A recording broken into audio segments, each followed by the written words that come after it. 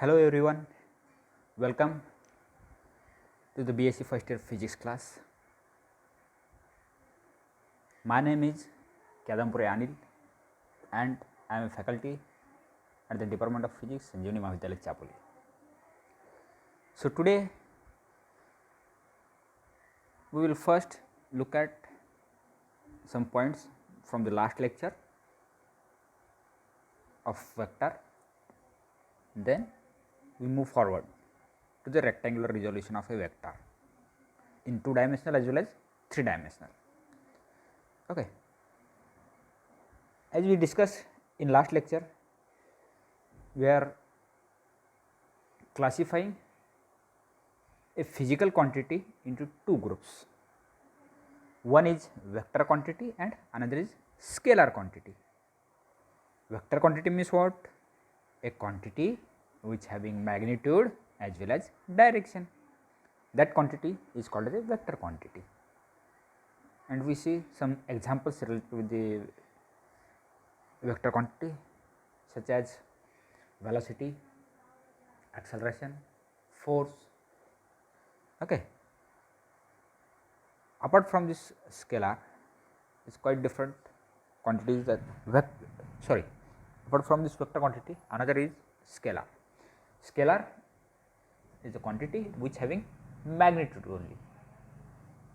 For example, mass, temperature, length, these are the scalar quantity. Okay. Now, after that we discuss about some vector addition law such as the triangle law as well as parallelogram law.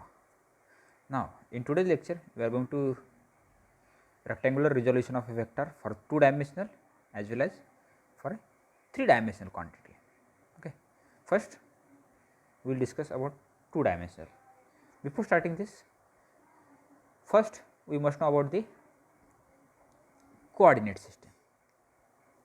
What is my coordinate system and how we can define a vector in a coordinate system, or how we can indicate a vector quantity in a 3-dimensional system. Now, coordinate system which allow me to specify any point in a space by with reference to a particular coordinate system by a set of 3 numbers. For example, in case of Cartesian coordinate system, we are using x, y, z. These are the 3 numbers. There are so different types of coordinate systems are there, such as Cartesian coordinate system, spherical polar coordinate system, cylindrical coordinate system. Okay, from which we are taking a Cartesian coordinate system. Our simple, and we are familiar with Cartesian coordinate system. I was able to specify every point in a space with respect to this coordinate system. I could have choose any other coordinate system, but you know that if I choose the different coordinate system, the number associated with the point will change, but the points themselves will be physically same, but the number associated with the point will be changed. The point will not change, only the number that you associate will change. If you change the coordinate system, okay,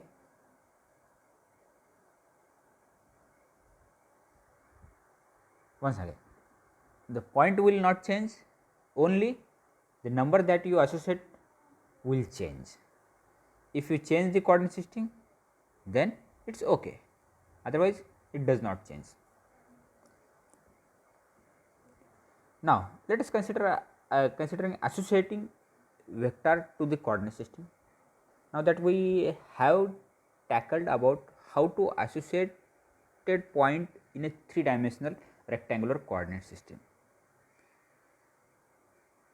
as we are able to see in this figure.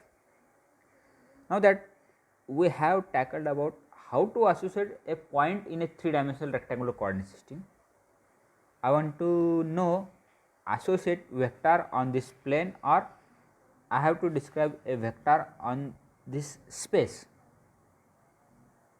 So, how do I describe a vector in a three-dimensional space? Okay. Remember, all vectors are drawn with their origin sitting at the origin, means from origin O of the coordinate system, such that I can now specify any vector, the end of point of any vector by a 3 number. So, in this particular case, I have a vector r, which is called as a position vector, which indicates the position of a point in a three-dimensional space having coordinate x, y and z. And this position vector has its origin at O and its terminating at the same point, which is intersects of 3 planes.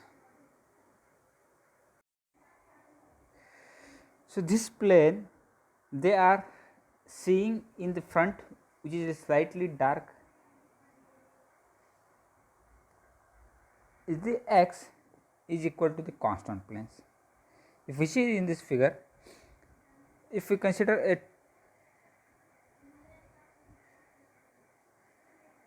a xy plane in which x and y are mutually perpendicular to each other. Similarly, if you consider yz plane, means what?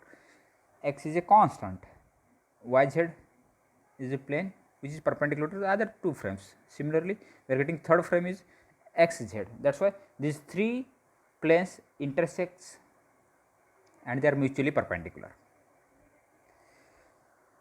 This plane that are seeing here is the y is equal to constant plane, and this plane that you are seeing here on the top is the z is equal to constant plane, z at the top. So, if you know, bring all the 3 planes together, the intersection will be the point where the vector r terminates. So, now I can draw a line from the origin unit. I reach the point here and that will define a vector r from origin point O to P, vector r to me. In other words, given any vector whose origin is at the origin itself and which is terminating at any other point in the space, all I have to do setup of 3 planes. So, what I can describe the end point of the vector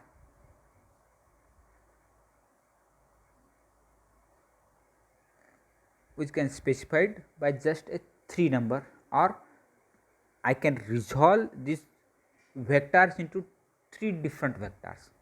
These 3 different vectors, now how do I resolve that? Okay, that resolution of vector we have to understand. First, we will resolve that vector in a plane. Plane means what? Simply a 2-dimensional case, such as a xy plane or yz plane or xz plane, whatever it may be. First, we will resolve that vector in a 2-dimensional, then we move forward for the 3-dimensional. Okay.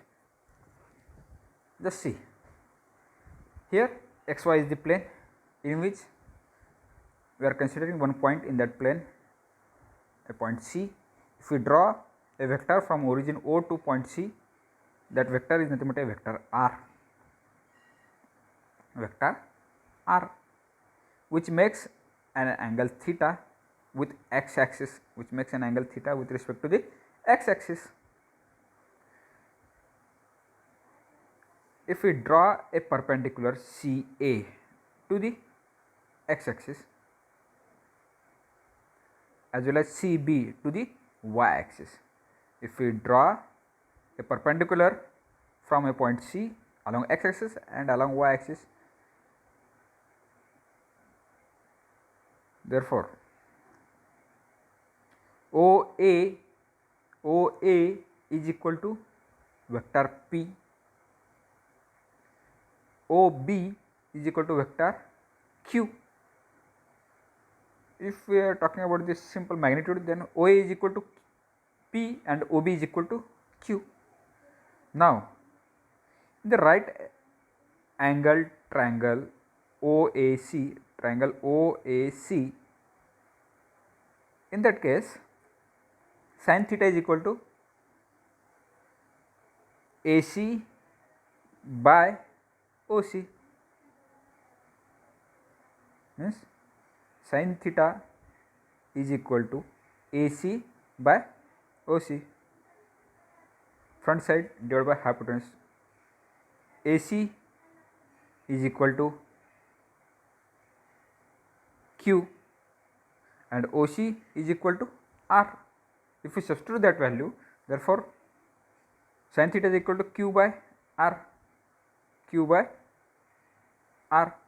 Similarly, or if we rearrange this equation, you will get Q is equal to R sin theta. We are getting Q value. Q is equal to R sin theta. Q in terms of a vector R. Similarly, cos theta is equal to OA by OC. OA is nothing but P and OC is nothing but R. Therefore, we are getting P is equal to R cos theta. Means from the right angle triangle, we are getting a side of A and Q. Sorry, OA and OB, P and Q.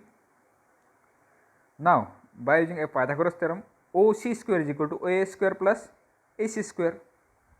OC square is nothing but R square plus is equal to OA square is nothing but P square and AC square is nothing but Q square. R square is equal to P square plus Q square, or R is equal to square root of P square by P square plus Q square.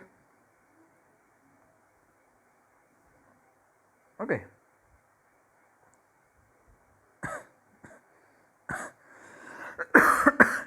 Sorry.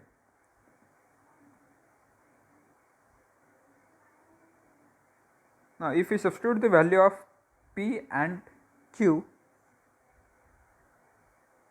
you will get right hand side is equal to left hand side. Similarly, tan theta is equal to AC by OA, Q by R.